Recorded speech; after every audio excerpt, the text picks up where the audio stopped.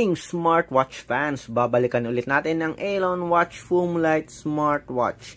And by request, susubukan nating i-pair ang Alon Watch Foam Light sa ating Android smartphone. So sa mga nagtatanong, paano nga ba i-install yung support app ng Alon Watch Foam Light? At paano nga ba i-pair ang smartwatch nito sa kanyang application? So ito, yung Alon Watch Foam Light natin ay gumagamit ng JU Pro application na available sa Android at iOS.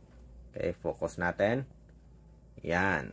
Okay, so ito yung QR code. So, pwede nyo i-scan yung QR code or pwede nyo ring i-search directly kagad sa Google Play Store. So, yan ang ating alamin. Titingnan natin, susubukan natin sa video na ito. Okay, so start tayo. So, ito, meron tayo ditong smartphone, Android smartphone. So, yung ginamit natin ay Vivo. Okay? Luma na nga rin yung smartphone ito, pero okay pa rin naman.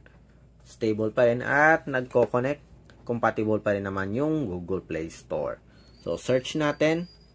Ayun. Okay? So, kanina, sinearch natin. Tingnan natin, lalabas dito. And so far, ito. Yung support app. Meron itong 1 million plus downloads. So, itry natin i-install. So, hintayin lang natin. Ayun na, downloading kagad.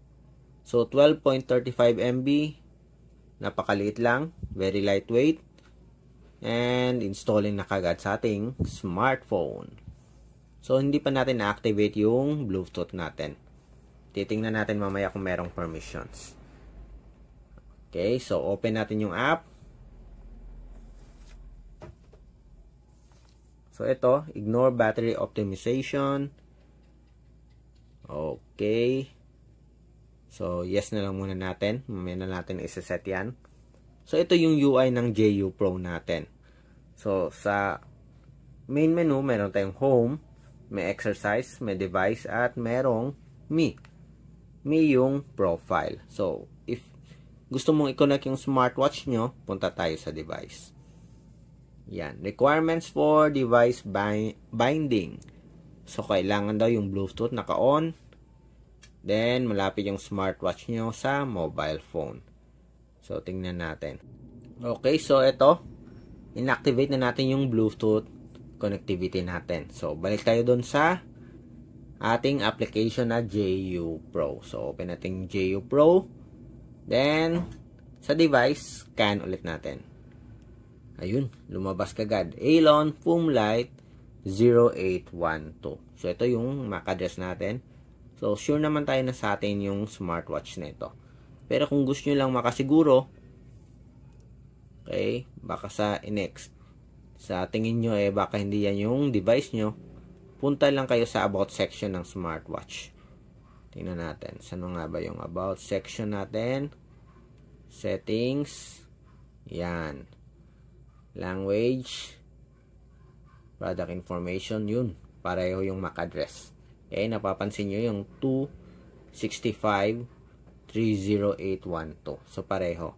So, ito, tatap na natin. Tingnan natin kung magko-connect. Okay, allow natin. JU Pro request to locating phone. Ito yung GPS, allow natin. And, wait lang natin. Magko-connect yan. Okay, so seems like connected na tayo. Ito, meron ng MAC address. Meron na rin tayong sync data at version. So, version 1.03. So, check na natin dito. Ayun. So, pareho. Version 1.0.3. So, okay. So, connected tayo. More settings tayo. Tingnan natin.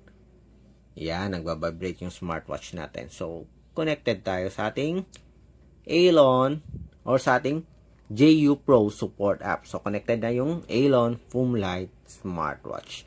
Kung napapansin nyo, napakadali lang.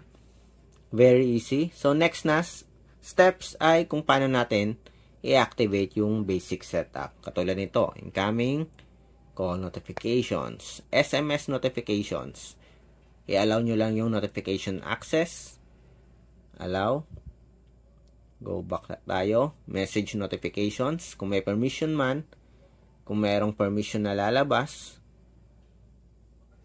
kung may permission man na lalabas, i-activate nyo lang.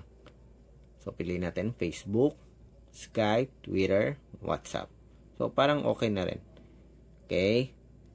All-in-one na kagad kanina yung sa SMS notifications. Frequent contacts, pwede kayong mag-add. Try natin mag-add. Add natin si Sam. Then, allow natin. Yan. Okay, tingnan nga natin kung nag-appear dito sa ating smartwatch. Activity. Weather. Saan ba yung sa call natin? Message. Activity, health, weather, brightness. Settings, flashlight, search phone. Dial pad, contact person, ayun, nag-add na kagad. Okay? So, napakadali lang mag-add ng contact number. More settings. Device update. Okay, enable natin. Pwede nang i-disable para hindi mabilis sa battery. Time format, 12-hour time format. Go back. At sa watch face naman, tap nyo lang yung selection. Okay, so pwede kayong mag-download ng iba't ibang watch faces dito. For example, try natin ito kagad. Yan. Automatic magda-download sa smartwatch pag tinap natin yung start. So, very easy lang yung JU Pro navigate. Very basic yung setup, yung steps kung paano i-pair yung smartwatch natin. Okay? So, dapat lang talaga mabilis yung internet connectivity nyo para walang disconnection or issue sa pag-pair ng smartwatch nyo or pag-download ng JU Pro app. Kung meron ding nakakonect sa Bluetooth call or sa Bluetooth section nyo, sa Bluetooth network na ibang device, tanggalin nyo muna para walang issue. Okay? So, sa atin kasi walang nakakonect. So, napakadaling i-pair, napakadaling i-connect.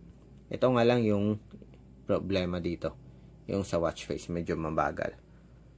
Okay, papakita ko sa inyo mamaya-maya pag naka-download na tayo. Ayan na, so nag-start na siyang mag-download. And yung smartwatch natin, automatically nag-switch sa download mode. Okay, so hintayin nyo lang, wag nyo i-disconnect.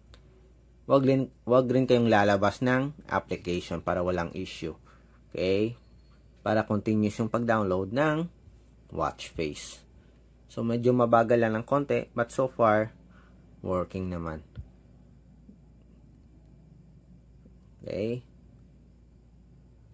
Dapat lang taga mas mabilis or stable yung internet connectivity nyo sa pag-download ng watch face.